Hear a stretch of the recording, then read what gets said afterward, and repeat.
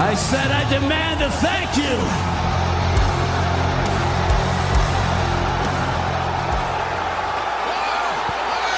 Hey!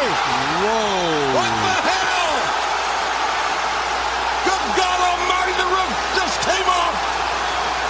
John Moxley. I don't think he's here to say thanks. Say thanks. John Moxley has deployed on this squared circle at the MGM Grand Garden Arena. You are listening to WHPC 90.3 FM, the voice of Nassau Community College. Ladies and gentlemen, for those of you that have been living under a rock the last couple of days, well, that was AEW All Elite Wrestling's first ever pay-per-view, Double or Nothing, and that, my friends, is how you make an impact in this business. That was John Moxley, a.k.a. Dean Ambrose, making his big debut in the now rival company known as AEW. Ladies and gentlemen, my name is Josh Silverberg, joining you again. You can also hear me Thursday nights, 9 p.m. to 11 p.m. on WHPC Sports Talk. But this is a wrestling show. And this is the only wrestling show we have here on WHPC. This is a show we like to call here Takedown, Breakdown, our second ever episode. Joining me across the table. I could see him directly this time. It's great. So much better than going, what? Mr. Lyle Gillen. Lyle, what's happening, my man? Hey, nothing much. Just, that was an amazing pay-per-view this weekend. It was probably one of the best wrestling pay-per-views that have been around in at least the last 5 years. Oh, absolutely. Absolutely. It was just a great show in general. Again, if you want to call in tonight, I know it's Memorial Day. I know everybody's just relaxing at this point. We all got work tomorrow. I know I do. Lyle's got school tomorrow. I know that. So we're all staying up late. That's for sure. The number is 516-572-7440. That's 516-572-7440. And again, we're going to start with AEW's Double or Nothing. But I actually I want to start with something a little bit first. I have something here. Now, I got an extra one in the mail. So I want to give this to somebody here at the show. It's a little gift that I have for him. Okay? Lyle Gillen, you are now a proud owner of the Dustin Rhodes One Last Ride t-shirt that I am currently wearing right now. So this is for you, my friend. That's for sure. You know what? It came in the mail. It was so random why it happened. Now, the graphic's a little smaller. I don't know why. Probably mess up on that's what it probably was. But I have one, and I know how much you love that match. So I was speaking to Melissa, my fiance, about it, and I said, and I'm like, maybe I could wear that extra one to bed or something like that. She's like, or? And I said, or what? And I said, oh, or I could give it to Lyle on the show. She goes, that's the or. There you go. So you got it. So, Lyle, you are now the proud owner of a lovely Dustin Rhodes One Last Ride t-shirt, and we get right into it. Thank you, man. No, of course. Anytime. Listen, you've done plenty for me. Now I'd want to give you something back for sure. And let's get into it again. As we were talking about before, AEW had Double or Nothing on Saturday night at the MGM Grand, and whoa, it was fantastic. Now, I wasn't able to watch it Saturday night. I had Melissa's graduation dinner, so what I did was I completely shut Twitter down. I came home. I went right to bed, woke up the next day, and I watched it. So I finally got all caught up. Lyle was texting me, are you finished? Are you finished? Are you finished? I said no. Very long. And then I had somebody come over and install my air conditioners in my house. That took away some time. Then I went outside a little bit. It was so nice out. And then I came back and I finally finished it at around 4 o'clock. Wow. I mean, that was... look, you're going to have... There was some, of course, there's some negative points. You know what I'm saying? But I got to tell you, the message sent. And if WWE didn't get the memo, well, I hope they did now. After Cody took the sledgehammer to Triple H's little throne and broke it. So that was a message clear. I know Lyle will talk about it. He wasn't thrilled with it. But I will say, I didn't have a problem with it. I thought it was basically Cody and Tony Khan, who is Saudi Khan's son, who Saudi Khan owns. Saudi Khan owns the Jacksonville Jaguars and I believe Liverpool, the soccer club as well. So now they get this. That was done basically saying, okay, message sent to you, WWE, because Triple H made that little remark at the Hall of Fame that was kind of insulting. Called him a piss hand company. That's exactly what it was. And that was just Cody saying, we're not a pushover. We have money, okay? A lot of money. We're not some little pushover company that's an indie company. No. We have more money than you do, Vince McMahon. We're on a national televised network now. We're stealing a couple of your big guys now. You know, that's for sure. Lyle, any thoughts? I didn't like it. I felt like that's how we start. The quality of not the pay-per-view that I know. Yeah. I felt like the quality of the pay-per-view itself would have been enough of a message that they didn't have to do that chair spot. That was unneeded. It was it was something that they didn't have to do, and it just felt like it was random. It wasn't anything that should have been there. I agree. That's fair. And we actually have a caller on already. Caller, you're on. Who's calling and where are you calling from? Where's my gift? How come Lyle gets gifts and I don't get gifts, Josh? Well, you know that voice. That's my partner in crime. Without the partner part, just a crime person. Mark, what's up? Hey, listen. Hey, you listen. Watch out for somebody. He was amazing in the pre-show. Who you talking? Oh, you're talking about Jacob Friedman?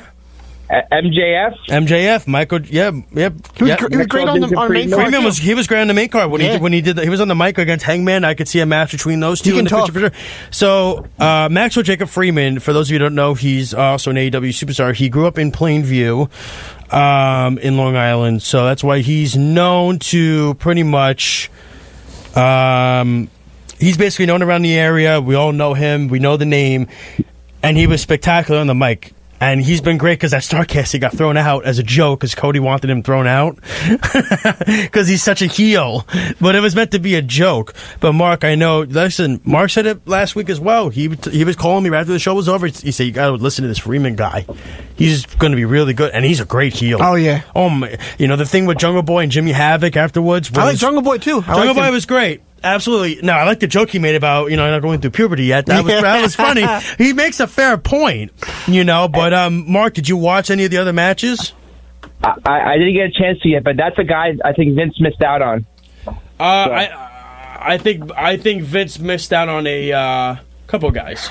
That's for sure. You know who I like, too, for some reason? I didn't know him. I learned a lot about these unique guys. This guy, what's his name? Orange Cassidy? He had his moment in the thing against Yes, he did. He had his moment in the Battle Royal. I know who he's talking about, Orange Cassidy. You know who looked very good, also from Long Island? Trent Beretta. He did. Yes, that he match did. was With the best very, friends? very good. Yeah. They were very good. Trent Beretta looked great. So Trent Beretta was a pushover pretty much back in the FCW days. He pretty much what he did was he would dress up like a woman. Yeah, that was horrible. And he would be in all the women's matches and he would lose. And that would be the debacle that is WWE in a nutshell. Now look, we're not going to stand here, Lyle and I, and berate WWE. We like WWE too. I will. You will, but I mean, look, you can like multiple companies. It's allowed. When I watched the Monday Night Wars, I was strictly a WCW guy. That was my thing. So for me, it was always, Raw came on the air today, and the WWE champion was throwing pancakes. Like, that's a complete joke. That entire gimmick is a joke.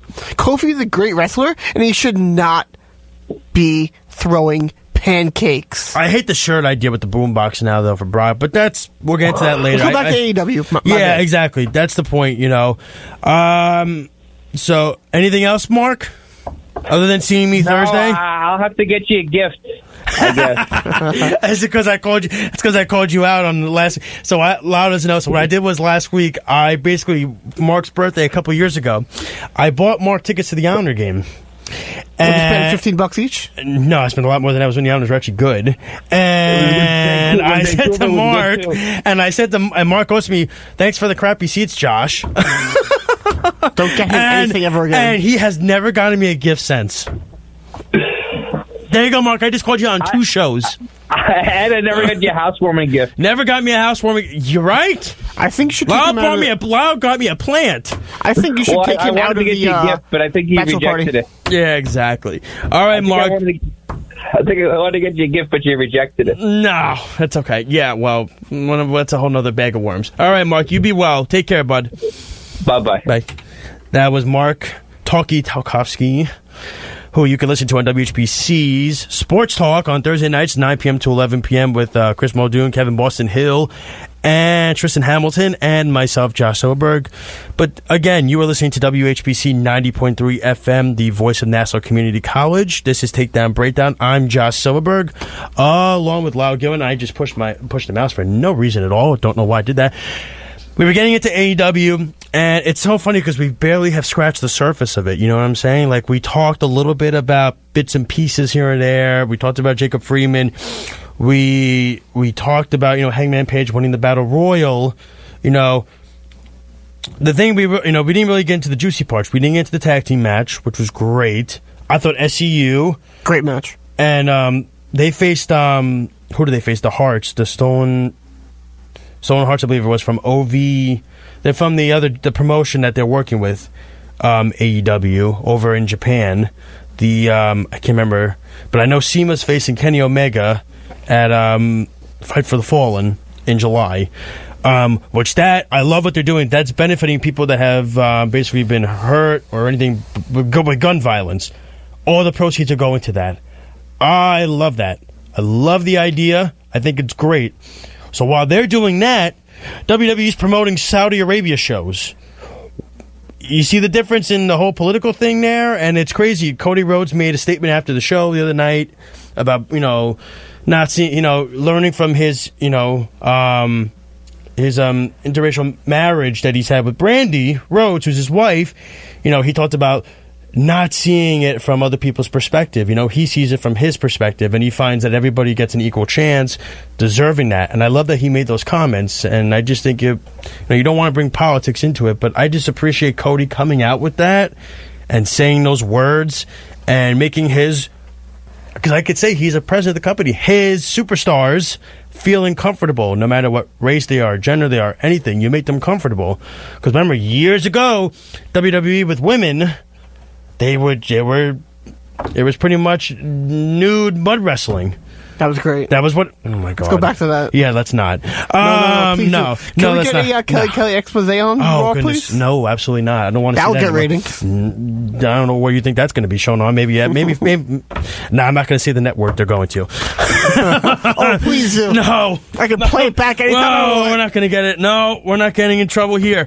But I, you know what? I appreciate Cody coming out with those words. I really do, and I like that he puts things above everything else. And I love the Cody Dustin match. We get to that. I think you're in agreement. That was the best match of the night. Not due to the action. The best action match was the Lucha Bros and the Young Bucks because it was nonstop car wreck, flips, action. The four of them would just keep going. There was no stoppage. Cody and Dustin had stoppages at times, but it was slow stoppages that would make you think, oh my goodness, this match is really happening, something we never thought we would see, something WWE could have really done a couple years ago, and they didn't do it. And this goes back to my issue with the Ric Flair Hulk Hogan story. They had an opportunity to put the two best wrestlers not even in their company, in the world at that time, the most popular guys at WrestleMania. And Vince scrapped it. Yeah. For no reason. That was the plan originally. Yeah, then they wound up doing a double main event. Macho Man and Ric Flair and Hulk Hogan and Sid Justice, at the time his name was, then became Psycho Sid when he came back, and then Sid Vicious in WCW. But it was the story, like I said, it wasn't like the best match in regards to action, but it had everything you wanted in it. It had emotion. It had blood. It had great moves. And it had the fact that Dustin was able to keep up with Cody. Dustin's great. Yeah. That's why I got his shirt. The minute he came out with this T-shirt, and I tweeted him that I was wearing it, and he tweeted back to me, you know what I mean? That alone is fantastic. That shows that he cares. He's considerate to his fan base. Like, I wanted Dustin to win. I knew he wasn't going to, But I wanted him to, but he wasn't going to. But again, I thought the match was fantastic. I was listening to the interview, actually, of Dustin Rhodes after the match, and, not after the match, after the pay-per-view. And apparently what he claimed was the tag match at Fight for the Fallen was not scripted. No, it wasn't. So that's interesting. Yeah. And I like that. That's something different. Apparently he was completely planning on retiring. Said he was untying his boot and was going to leave it in the ring, and then he stopped him. Yeah, that was pretty much what it was. That's exactly what it was. And, the funny thing is you look at, I think the ending was awesome when he said, I don't need a friend, I don't need a partner, I need my older brother. I thought that was great. That was great. That was fantastic. Yeah. Brandy inserted herself in the match, which you knew was going to happen. Brandy kind of is coming off to me as a heelish figure in this business. Bringing in Awesome Kong in the Fatal 4-Way match, which Britt Baker won. I like Kylie in the match. She was very good. Smiley Kylie. I know you don't like gimmicks like that with Bailey and stuff like that. No, but I do like her. But Kylie is cool because when she gets mad, yeah, I like her. Gets I don't all like in, that, overly happy, stupid, fake gimmick. But yeah. And then you got her I do like. And you got Britt Baker, who is a natural dentist in real life. She just got her master's and she has her own practice for dentistry. And that's why she comes out to the theme song, The Doctor Will See You Now. And she has a t-shirt with the dentist. She was good. The only thing with me, and this has always been the case for me, I've watched Britt when she was in the indies and with certain companies. She was a bit slow in those companies, and she's still trying to get the timing down with some of the moves, and I know obviously her boyfriend is Adam Cole, and the thing is, when you see what she's trying to do, she's trying to be her own person. That's the really big thing. Yeah. I think signing Allie from Impact was a nice signing because she really took herself to a far. The rivalry she had with Su Yung and with Rosemary, the partnership was fantastic in Impact. So last week on the show, you made a comment. We were looking at their roster, and he kept saying, well, they have no mid-card guys. Every other name I read is, who's this guy, who's that guy, who's this guy? Well, now you saw their Double or Nothing. How do you feel about all these guys he said are, who's this guy, who's that guy? Who's this girl? Yeah. Who's this tag team? No, I agree with you, but then again, I hear what you're saying. My only fear still is I think they still need more. They could have used a Hangman Pac match in the mid-card. They could have used that. I don't think they needed it. I think they needed that. I mean, look, they didn't need it, but it would have been great to have. I mean, because again, you had the 6-woman tag team match. They would have cut that out. The Triple match was great. It was fantastic. But you still got to build. You got to build them up still a little more. Like the guys that came in at the end of the match that beat them up. People were saying, "Who are you?" You know what I'm saying? So it's just things like that. SCU did a great job to open up the show with Scorpio Sky, Frankie Kazarian, and Christopher Daniels was great. They still need a little more firepower. The reports are Khan is still talking to Pac. They're still in good connections. I don't think that's going to work. No. Apparently, Pac has now said once his contract with Dragon Gate is up at the end of the year, he's open. So I think by the time Skrull will be done in the fall, Marty's coming over. Oh, of course, yeah. Who knows? Maybe he could bring Brody King with him, and who knows? Maybe if PCO is a big character, they could do that. Where does Jay Lethal's contract Ring of Honor? Jay's never leaving the Ring of Honor. He's so big with them. It's like him and Matt Taven are so big with them, they're just not going to go anywhere. I mean, they basically gave Matt Taven the keys to the kingdom at this point.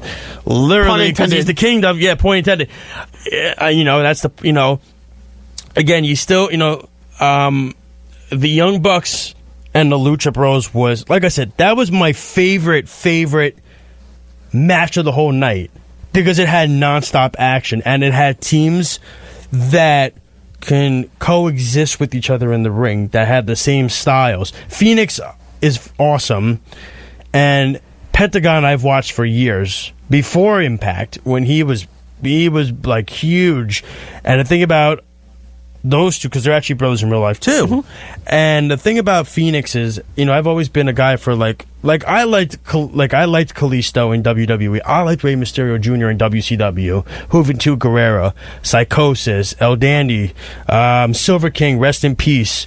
La Parka. I was all in with the pun intended again with the cruiserweights. That was me. So to see, the moves Phoenix did the other night were they're really good. It's oh my fun to watch them. it was great, and I love Pentagon I thought the crowd was going to be completely Young Bucks. Pentagon got that crowd behind them. Yeah, when he did. He got them. He does because he does the zing. With the no fear. Yeah. And I to me, I think he had a great match at All In with Kenny Omega. The question we have, and I know we're doing this till 11:30, but if we have to jump a little bit over for more AEW, I'm fine with it because there's so much to digest. That's the thing with AEW. Yeah. Because Monday Night Raw tonight was boo. That was awful. It was awful. However, Sami Zayn did mention AEW. He did. Yeah, he did. He's either fired or praised. I don't know. Well, everybody was talking about. We'll get to later with Natalia and Renee Young, but what do you want them to do? They can't do anything about what happened. What's she supposed to do? Tell her husband, don't get a job? That's what I'm saying. What do you want Natalia to do? Say to her uncle? Because originally the plan was for, and it would have done the same thing with Charlotte. Ric Flair was originally the one that was going to show the title. Yeah. He had to cancel. So you had Bret Hart do it. I thought it was... Now, the promo was... because they didn't really let Bret... That was god-awful. They didn't let Bret talk. He didn't show off the title. He showed it off a little bit, but then it went away. There were a lot of people complaining about it, saying they didn't like it, but... No, the title was beautiful. Oh, yeah, but then there were close-up shots that came out afterwards, and people said, we didn't see these live. They should have showed a closer-up version. They did. Not really. And the second part of it, they did. The first one, they just showed the outer part, the up stage of it, where it was a little far. Then they zoomed in on it after. Regardless of the promo by Bret Hart, it's Bret Hart. It's Bret Hart. He was just inducted by the WWE Hall of Fame a month ago. And now, without even telling anybody, he goes to the rival company and inducts their new world championship.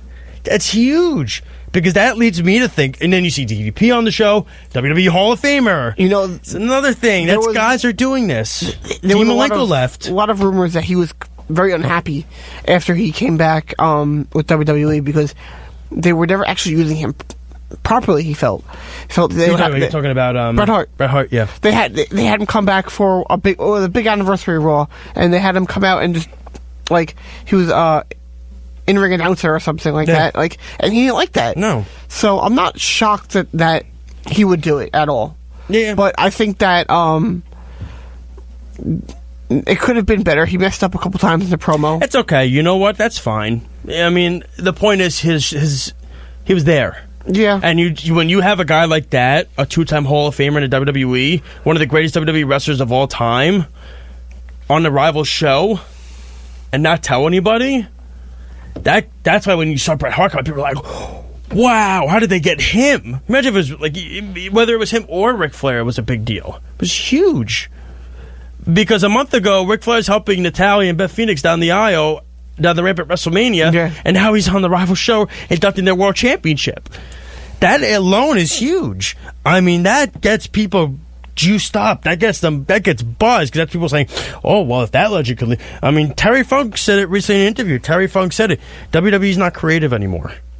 AEW is more creative. Dustin Rhodes already said Vince better watch himself. I can't say what he actually said, but he said Vince better watch him. He actually said it makes watching WWE, Dustin Rhodes said, it makes him feel sick. I have not liked crazy. Watching WWE since G1 Supercard. Well, what was the best show that weekend? G1 Supercard. And it was what weekend? WrestleMania weekend. Ooh, so how many WWE shows did we go to?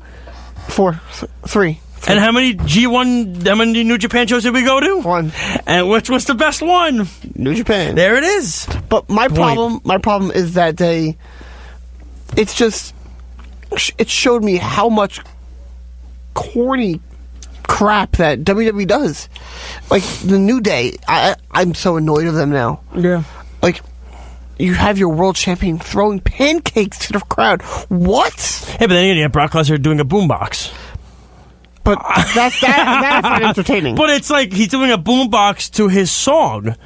It's weird because his song isn't really boombox material. That's the point. It's funny. But he looks stupid doing it. It's like he's like, I can't even show it because we're on the radio, but it's I'm not a Brock guy. I'm not a Brock guy. I'm just not a Brock guy. And again, you're listening to WHPC 90.3 FM, the voice of Nassau Community College. This is Takedown Breakdown, along with Lyle Gillen. I'm Josh Silverberg, and we're discussing AEW, and we're going to talk a little bit. I think we should definitely talk a little more AEW after. Yeah, and then definitely go into NXT. We're going to preview NXT because, look, Raw happened tonight, and Raw's done. Great. Sami Zayn versus Seth Rollins. Seth Rollins won. That's fantastic. I mean, look, we know Dolph Ziggler's facing Kofi Kingston at Super Showdown, which is next Friday. And again, I said it best. With WWE, they're going to do a show in Saudi Arabia. With AEW, they're doing a Fight for the Fallen, which is people that have dealt with gun violence, and those proceeds are going to those people.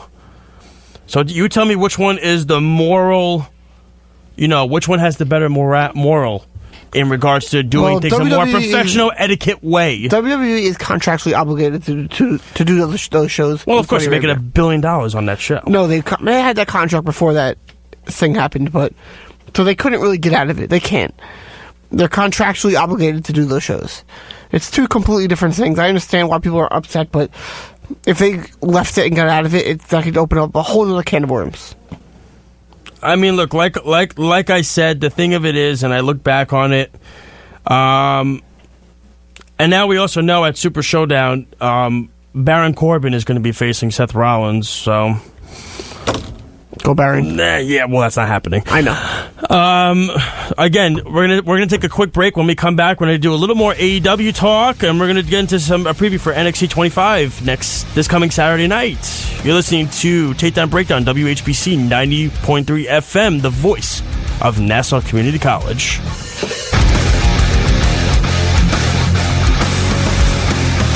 It's Tuesday night at 8. Do you know where your children are?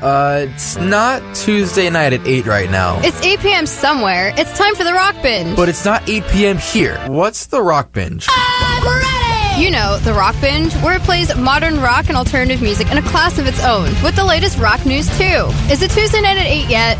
No.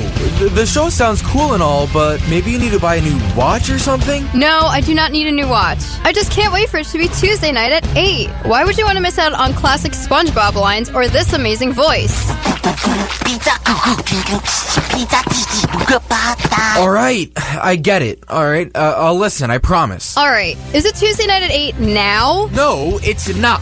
How about now? Stop asking. You got to turn on the voice of Nassau Community College, 90.3 WHPC. All right, forget it. If you can't beat them, join them. Is it Tuesday night at 8 now? Let me check my watch. Nope, not yet. Wait. Want more sports? We have more sports. Let's shoot it. Catch WHPC Sports Talk all week to get your sports fix. Break it down. Every weekday afternoon at 4. Plus, Monday mornings at 9 and Thursday evenings at 9. Come and get some of this. WHPC Sports Talk. Exclusively on the voice of Nassau Community College, 90.3 WHPC.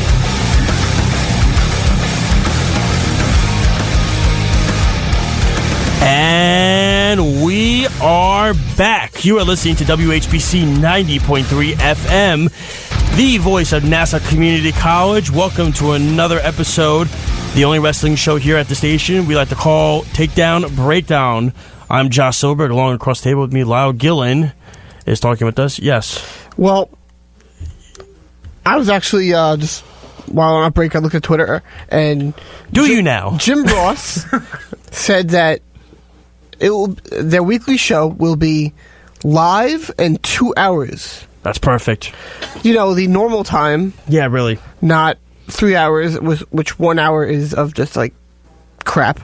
Did they say what time they're starting it? At 8, I'm guessing, right? It would be 8 or 9. Probably be 8, I think. Only because when it was back in the Monday Night Wars, WWE would start at 9 to 11, and WCW would do 8 to 10. Also, the fact that they're on Tuesdays and SmackDown's going to move to Friday on Fox, they're not really competing with anybody.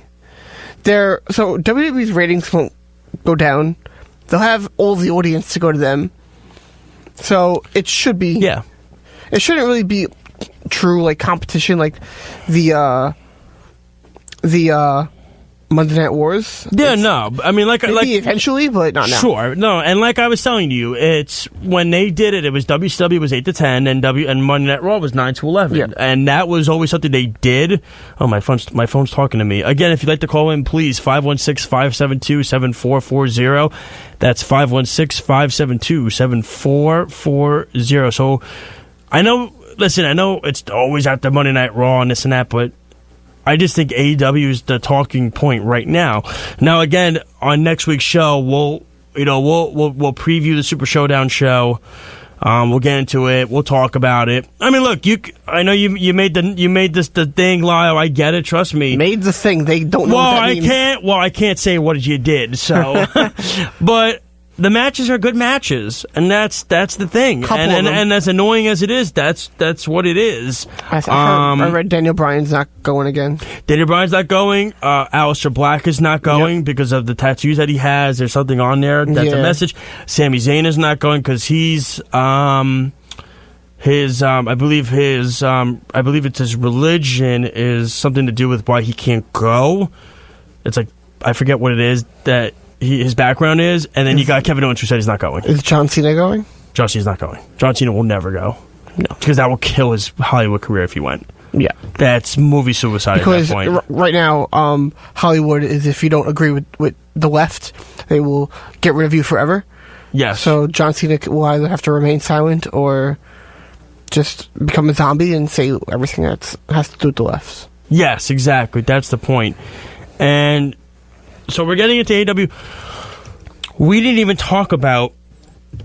It's so funny, we were talking a lot more about the earlier matches. We didn't even get into like the two main matches. I mean, we talked a little bit about the Lucha Bros and the Young Bucks, but not as much.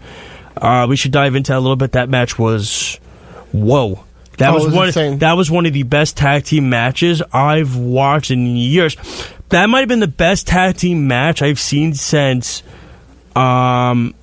probably since NXT Takeover Toronto when the Revival and DIY face each other.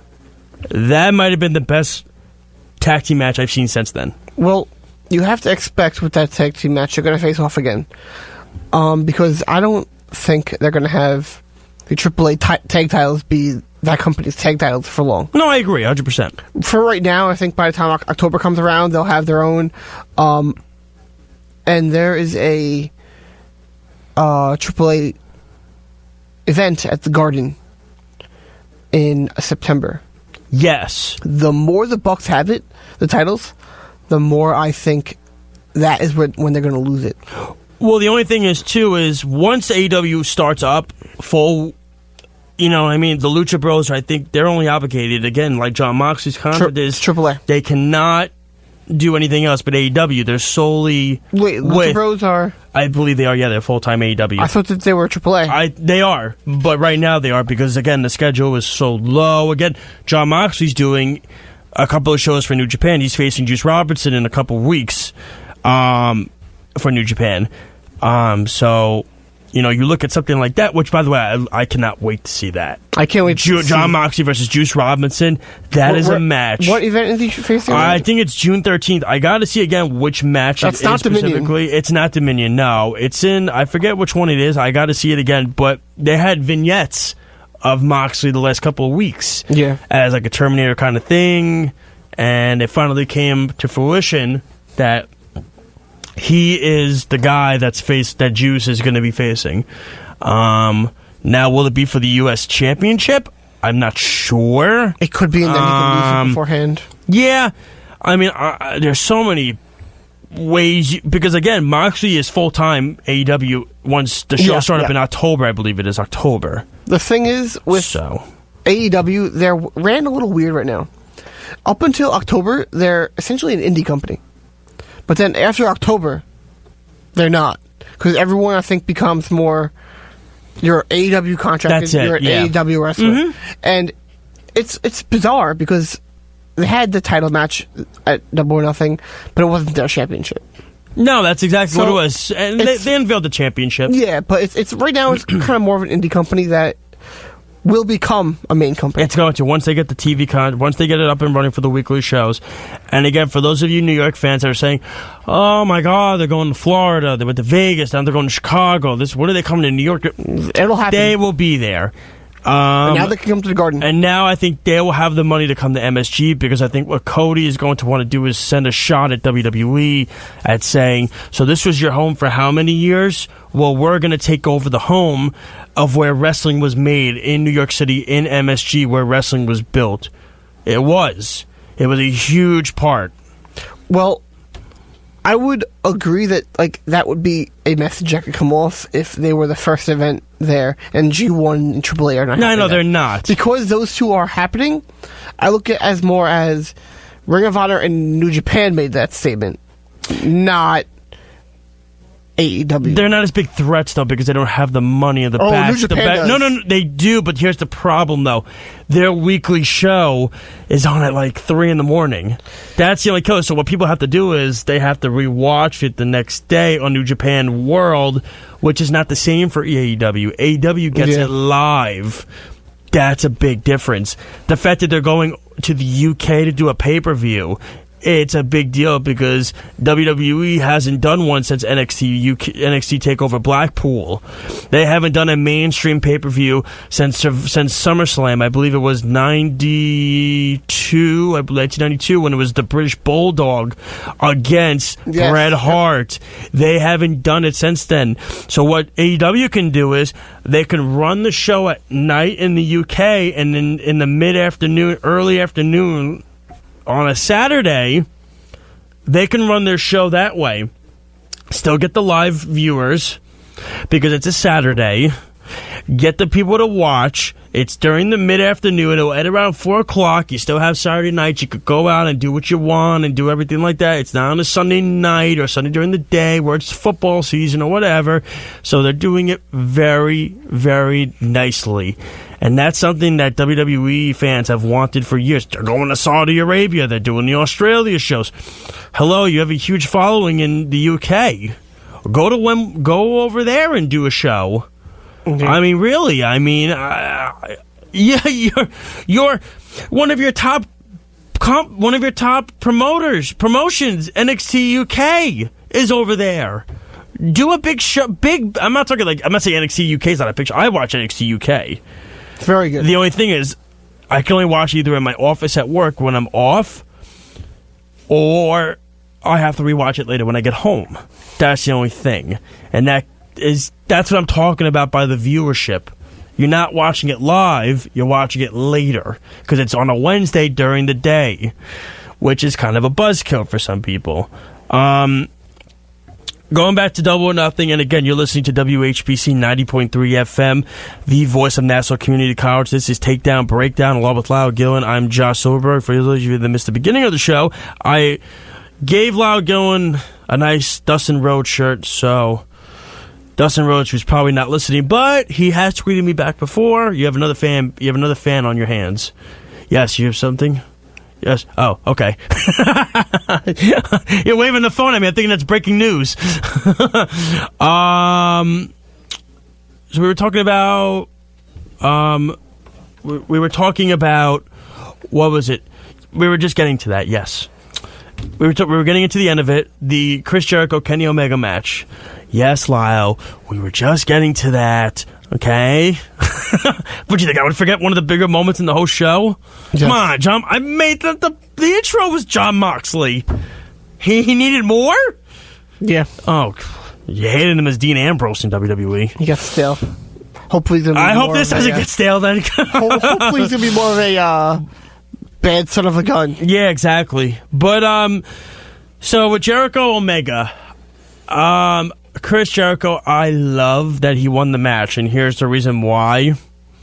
First off, what it does for me is it doesn't... Okay, so Hangman Page wins the Battle Royal. Okay, he's in charge of AEW. Okay, Cody wins the match against Dustin. Okay, he's in charge of AEW. The Young Bucks win their match, which I thought they shouldn't have won. I thought the Lucha Bros should have won the match. Because the Lucha Bros lost them the last week before the show. Okay, so the Young Bucks win. So you're going to have Omega win? I mean, you might as well have Marty Scurll come over now and let him win too. I mean, at this point, you might as well let the entire league. You can't let all of them win the first night of the show. It just would not look good, because then people are going to get off with saying, "Oh, so they're just the buddies are running the show, but they're just winning matches." You know, and it wouldn't look very good in my opinion, because again, when you look at WCW, the way they did it, Eric Bischoff would always have the NWO win all the time, and that was bad. And that's why. And also, Triple H is married to who? How many times did he win the World Championship during the Ruthless Aggression era? Like 10. Exactly. So AEW doesn't want the notion of, okay, good, the first night people, let's let everybody win. Everybody's going to win in the Elite. They're all winning. Hangman versus Kenny Omega in August. Great for the championship. It's an all-elite match. Cody and Dustin versus the Young Bucks. Another elite match. It's great. That's great. It doesn't work. You can't let it fight. You got to evolve. And a guy like Chris Jericho, who's a big name in this business, one of the greats, you can make the case the greatest of all time, can either put Hangman over, or he can win the championship. And again, it could be a even series with Kenny, and Kenny could win the championship later on. Who knows? Or maybe he puts Hangman over. Jericho puts people over. He put Naito over. Mm-hmm. He put Kenny over. He put Kevin Owens over at WrestleMania. He puts guys over. He put Randy Orton over when he came back. He puts guys over all the time. My first reaction to that match was that I didn't like that Jericho won, because what's he going to do in a couple of weeks? Go face Okada and lose. And I didn't like that at all. And then AEW announced that they were having their that title match at All Out in August. So that gives Jericho enough time to, after he loses to Okada, to still go in to that title match the right way. Still going in as the heel that Paige is going to be looking down like he can't win. Still sets it up as the bad guy versus good guy. It's exactly what they need to do. Yeah, but my opinion is that Jericho is going to win, and that they are going to end up building him and having Kenny Omega beat him at the right time to give Kenny Omega that big moment. And he's their face of the company, by far. And I think that's where they're going to be going with it, because that'll be the rubber match. I don't think they'll face each other. I think they'll have a lot of momentum to it. And then they'll face off, and it'll be a big match, an amazing match. And Kenny Omega will get over then. You know, my thought process with the whole thing is, in regards to Jericho, I think he's still going to put on a great match against Okada. There's no shame in losing to Okada. It doesn't deteriorate the belt in any sort of way. Because here's the thing you can make the case about. Okay, so Kenny lost his match at Wrestle Kingdom to Tanahashi. Tanahashi lost about a month later to Jay White. Jay White lost about a month later to Okada. You can make the case that could deteriorate Omega a little bit, because Omega came into AEW having lost a match, but got a few months off to regroup. Losing to Okada is not a big deal for Chris Jericho. Chris Jericho is Chris Jericho. Chris Jericho has done enough in this business. No, but if you had that match right after, I think it could diminish the match. You know what? You could make that case. I agree with what you're saying. Especially since he would have lost to another company's champion. But who knows? Again, they could do what Pac did to Hangman. Pac lost the match and got disqualified. Jericho could low blow him and get disqualified. That's a very good possibility, but I just don't get the sense that that's New Japan's style. Or, who knows what happens with that? I mean, they have so much time to just build it and do it. But again, it's Chris Jericho. Chris Jericho will never have anything be blown with his cover. He'll do the AEW Championship proud if he wins it. Oh, yeah, 100%. So it doesn't even matter if he lost to Okada. It's Chris Jericho. Chris Jericho super exceeds anything Okada will do in this business. That's just a reality. I mean, I'm not insulting Okada in any sort of way. It's just Chris Jericho is one of the greatest of all time. So even if Chris Jericho lost to Okada at New Japan, so what? He's helping put Okada over. That's what he's doing, and that's why a guy like that to be your first champion in AEW, he's the perfect guy, I think, to be the lead guy, because Cody said it on record. Chris Jericho is one of the biggest reasons they got this TNT contract. Oh, 100%. He is, and that's why he's earned the right. Whether he wins or loses to Okada, he's earned the right to be the first champion over Hangman Page. That's no disrespect to him. I like Adam Page. Very good. He had a great match with Pac. I saw the match on YouTube. It was great. I loved it. I just think Jericho has earned the right being the name that he has. So for me, and then we'll finish it with, we'll get to a preview of NXT 25, which you'll be at on Saturday, Lyle. Last thing about Jon Moxley, we'll get into that. We talked a little bit earlier about it, but we'll end AEW on this standpoint.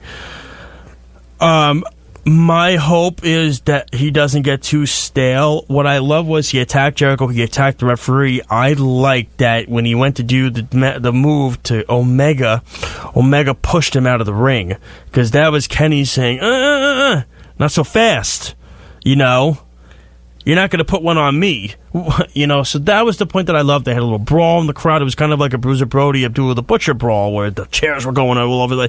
They're on the poker chip. They're flying around with the chip and everything like that. And then he winds up beating him up. And then right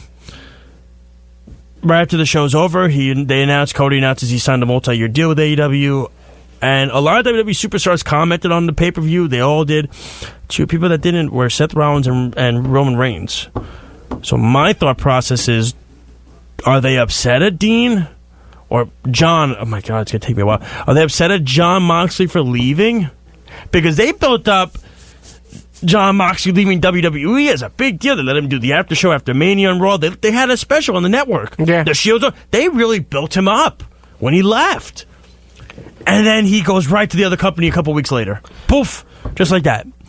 That had a very, what's his name? Oh, wow. I'm drawing a really big blank. Nitro's first episode. Lex Luger. Yep. That had a very Lex Luger feel because he was the main guy in WWE when he was there. And then he just left. But a little bit of a different circumstance. Well, he left because Vince wasn't going to... Sting recruited Lex back to WCW. Yeah. And Vince at that time just could not... No, he never told him. They had a handshake deal. Oh, no, I know. They had a handshake deal at the time, but Sting... And they had him at Sting's house. It was him, Eric Bischoff, and Lex Luger. Yeah. And that was the thing. You know, we'll see what else plays out going forward, if anybody else... I will say this. There was one interesting I saw with the all-out logo. If you notice the red stars on the logo, there was a certain superstar that wore the exact stars on his trunks. His name was CM Punk. It's in Chicago. And the thing of it is I forget which wrestler said it. I can't remember who it was. But he said it's going to be very hard for Punk to sit this one out. I disagree very much because... if I remember correctly, he's contracted with UFC till 2020. So he probably might not be able to do it. Well, so is Brock. Well, Brock was. Brock is a co. Yes, but it might be a little bit of a different situation. You're right. CM Punk's way less worthy more than Brock. No, he doesn't like wrestling.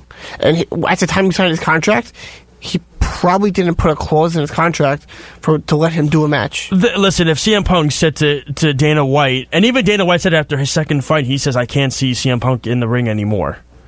He said it at the second fight because I can't see him being here anymore. No, but he's still contracted. He's still contracted, but so, I don't think Dana White would have an issue with him saying, hey, go do your wrestling thing. Get me out of this contract because it's probably Dana White losing money. I think he's actually doing announcing for UFC. Yeah, that's it. And there you go. I'm sure there's some way him and Dana White could come to an agreement. That if he could come to an agreement with Brock Lesnar, he could come to an agreement with CM Punk. That's the point. And again, you're listening to 90.3 FM WHPC. This is Takedown Breakdown. I'm Josh Silberg along with Lyle Gillen. So we have about 8 more minutes left. Let's get into a preview of NXT Takeover 25, which will be in Connecticut this Saturday. Lyle, you will be there live. I will be watching it in the comfort of my own home because the travel was to go see it. I mean, look, I love takeovers as much as anybody, but to go there for a 2-hour show and come back, it would be for me tougher. But you're going. You're probably going to have a great time. I'm sure you're going to have a great time. Very much. you see a couple of matches that are set up. You have Adam Cole, Johnny Gargano are going again. You have Shayna Baszler versus Io Shirai for the NXT Women's Championship. You have the NXT Takeover. You have the NXT ladder match. You have Matt Riddle versus Roderick Strong. So you have Tyler Breeze versus Velveteen Dream, which is I'm not saying it's because I love Velveteen Dream. I think it could be the best match of the whole night because those two styles are fantastic. They mesh really well. Breeze and Dream are just their ring meshment in that. I don't even know. I might have just made up that word. It's fantastic. Meshment. I don't like Breeze being in that match.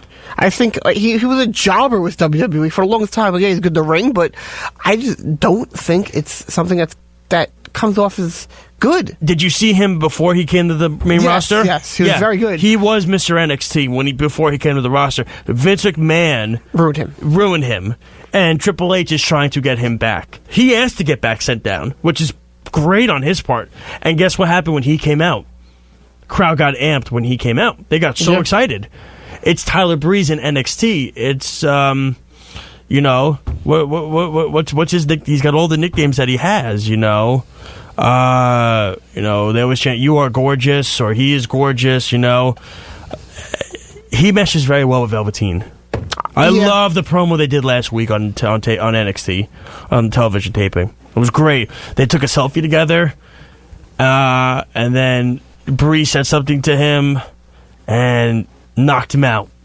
And I said, okay. I like Tyler Breeze back in NXT. Listen, he had a great match against Jushin Thunder Liger at the first NXT TakeOver in Brooklyn. He did. If he's worthy to do that, he deserves to have a North American Championship match. That's the reality. He does. He did so much for that company. He deserves the opportunity to have one last ride at it. And I don't think he'll win. No, I don't think he'll win, but he'll have a great match. That's the thing. WWE, you can't go by what Vince does with some of these guys. No. He ruins everybody. He ruined Tyler Breeze. He completely ruined Tyler Breeze was so big coming up to the main roster, and he just completely squashed him at that point. What's the match you are most excited to see? The tag match. The ladder match. 110%. Yeah. I think that's going to steal a show. Okay. I like it too. Listen, I think it's going to be a great match. I know that who's in it? The Primetime Players are in it. Undisputed Era's in it. The Forgotten Sons are in it. And who's the fourth team? I don't know. I can't remember. I keep forgetting the name too. I got to see it again. But you see those teams are in it. And it's interesting because those aren't other than the Undisputed Era, there's not big, ginormous teams. You know what I'm saying? That's the thing. But I could totally see the Forgotten Sons winning that match. I love the Forgotten Sons. Yeah, I think they're really good. I told you last time. Yeah. I thought they were really cool. Well, what's his name is in the group? He was from Impact. Yeah. Gunner. Yeah. Gunner is in the group. So is who is his former partner with Buddy Murphy? Blake. Forget his name. So, you look back on it, Shirai and Baszler will have a good match. I could see Shirai winning. I mean, you're waiting. I love Io Shirai is awesome.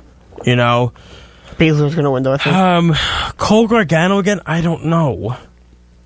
Because it was so good the first time that I think it's too soon to have it again. You know what I'm saying? I would have maybe waited a little longer. I think Cole's going to win this time. We'll see. I mean, Johnny just won that championship, and you're going to let him lose it in a month and a half. That's Please. Pretty. I don't know why you don't like Johnny Gargano. I never said I don't like him. I just really want Cole to be champion. Another great match would be Strong and Riddle. Oh yeah, Roderick Strong and Matt Riddle is great. That's going to be a very good match. Oh yeah, they're going to mesh very well. Well, Matt Riddle can fight with anybody. He showed it with Velveteen Dream at Takeover New York. That movie had off the ropes. That was insane. Oh yeah, with the German. I've never seen that before. Yeah. So I look at something like that. Now it's interesting that it's in Connecticut for the anniversary show. I would have thought somewhere else maybe. I'm just curious. My theory is that it was originally a live event, and then they changed it. I don't know why they changed that one, but then they changed it to a takeover. That's my theory on it. I think it was supposed to be in Chicago. That was the thing, and they got switched because of Super Showdown. That was, I think, what the reason was. because of the dates and stuff. That was what it was. And I think Triple H wanted it sooner. But, because I think what they were going to do is they originally had like a show set for like that weekend, and then Super Showdown was happening and they had to cancel the pay-per-view. That's, I think, what happened. So they had to make it a week earlier. They had the scramble. They figured, why not in their own backyard right in Connecticut? So, for sure. And again, you're listening to 90.3 FM WHPC, the voice of Nassau Community College. I'm Josh Silberg along with Lyle Gillen. We have about 2 more minutes left in the show, so we are going to get to our finishing maneuver. Lyle. My finishing maneuver is that, you have AEW versus WWE, but I think the company that's really going to lose out and get even worse and go away is Impact. No, Impact's doing great right now because I bet they're on Fridays, and they're also they've developed more into an indie company. They know that they can't get big like they once did, so they're doing more of an indie style. My big takeaway is, who cares who you root for? Doesn't matter. You're a wrestling fan. You could like multiple companies. Oh, of course. There's no problem with it. So people I see like AEW, haha, you're making fun of WWE fans. If you like WWE, haha, you're making fun of AEW. Forget that. When I grew up, I liked WCW, I liked WWE. It didn't matter to me at all. I enjoyed it very much. All right. For Lyle Gillen, myself, Josh Silverberg, thank you for listening in. Thank you for tuning in to Takedown Breakdown on WHPC 90.3 FM, the voice of Nassau Community College. Take care, anybody, and don't suplex anyone.